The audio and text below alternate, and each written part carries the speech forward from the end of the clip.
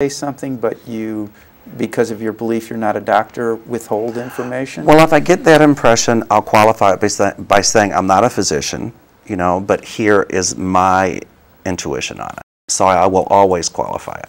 Okay, I'm sure you're familiar with Edgar Cayce? Yes, he was from Kentucky. Oh. Thumbs up, right? Yeah, okay. Now, but he was well known for his medical intuition readings or his medical readings. And I certainly believe in his work, you know, and I'm not negating that. I'm just saying that a lot of people, I just think that a lot of times what's going on today, that we have to be able to use discernment. And I'm sure that Cayce used a great deal of discernment in his work. Oh, yeah. And I think that's huge. And his record is just impeccable. Amazing. Was it 10,000 or 20,000 readings? I don't know how many he did, but I saw a thing about Edgar Cayce, and he was getting on, he saw auras, I don't, but he was getting on an elevator, and he didn't see auras around the people. And he told somebody, don't get on the elevator, and asked the other people to get off, and they wouldn't. And I guess the elevator fell, and everybody on it was killed. But, you know, in a situation like that, as a psychic, I would certainly speak up. Yeah. But his work is just incredible. Wow, that is pretty amazing. Have you ever had the good fortune of meeting Carolyn Meese? No, I have not. I have not. Yeah. She's actually I think did some teaching for Infinity. Yes, yes, she has. You know, I'm on the board at Infinity, and I get to meet the recipients of the year, but I don't get to meet all the people that come up and do lectures, you know, because I'm pretty busy in my own life. But and I devote a lot of time to Infinity, which I love. So my hunch is that most people come to you for love and money, and then health. Yeah.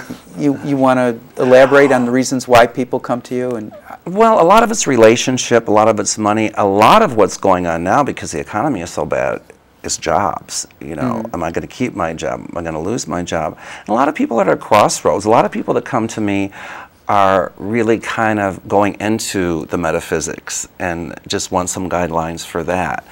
I think lately the most has been, though, about people wondering if they're going to keep their homes and to keep their jobs. And unfortunately, I'm seeing a lot of people who are in foreclosure, who've lost their jobs. And so, well, that must be very painful to it's very difficult. Suffering. It's very difficult. But here again, I try to keep them a little bit positive. One of my Hawaiian teachers told me, if you lose everything, what ultimately can you walk away with? And the answer is yourself. And she said, you have to be comfortable in your own skin. And this was about 7 or 8 years ago, and shortly thereafter, unfortunately, I had a bankruptcy. And that lesson, I'm sure, was put in my path so that I could realize that I would have to walk away with myself and being right with myself. Well, I would think a lot of people question you because you're a psychic. How do you deal with criticism? Saying like you're a phony, you know, there's no such thing as psychics. I believe that everybody's entitled to their own personal belief, and if that's what they believe, it's not up to me to change their mind. You know, I'm just going to continue doing my work. Like, for example, the thing from the Pope, I have a lot of people that say, well, what you do is not of the church. And I'm like, oh, really? I have a blessing from the Pope that says it's okay. Yeah, good point. So, you know, they're entitled to their belief. As long as they're not making denigrating remarks, you know, about me. But I really don't like to get in those kinds of arguments with them because that robs me of my energy from doing my work.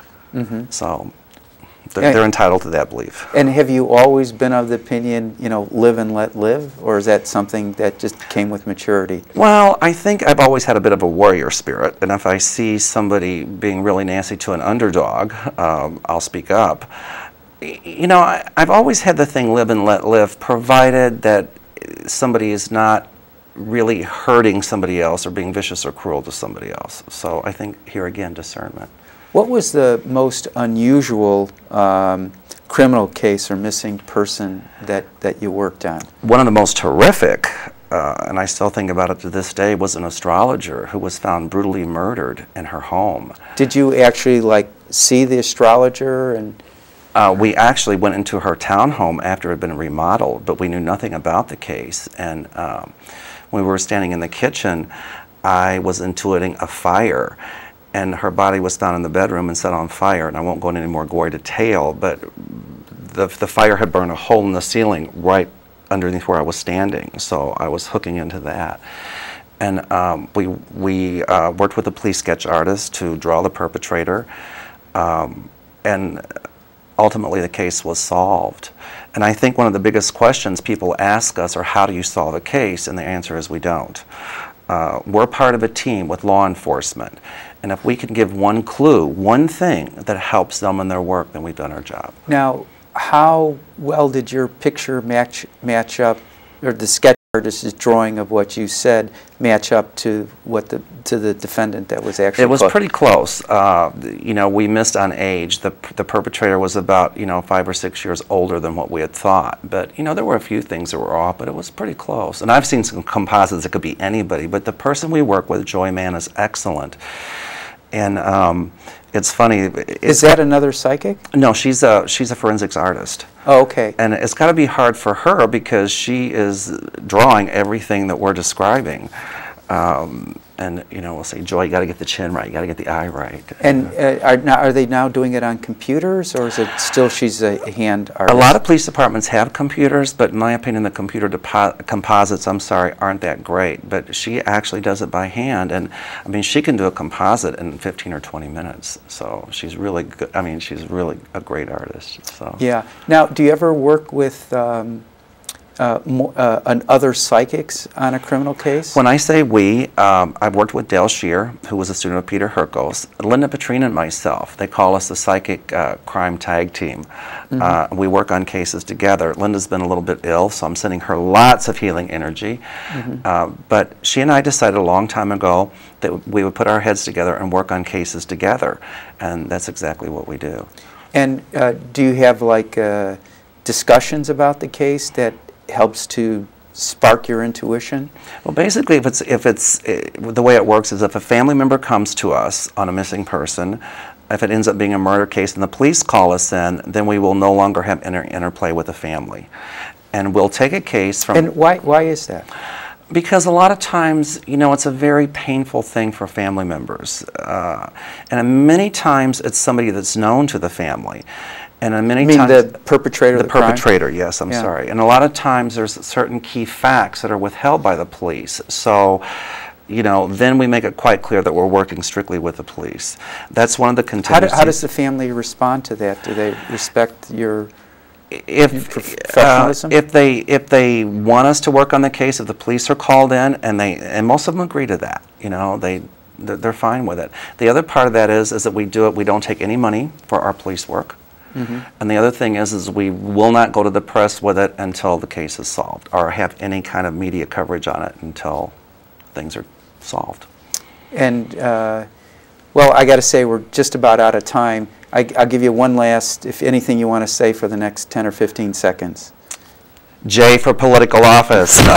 Thank you, Thel. Mel Doerr for great psychic readings. For more information about Mel Doerr, the Infinity Foundation, or the Inner Quest talk show, stay tuned to the credits at the end.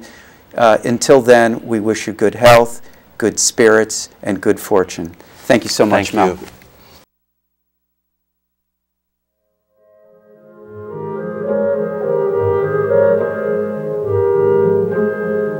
For more information about this show, our guests, Infinity Foundation, or any of our other programs, please visit our website, infinityfoundation.org, or call us at 847-831-8828.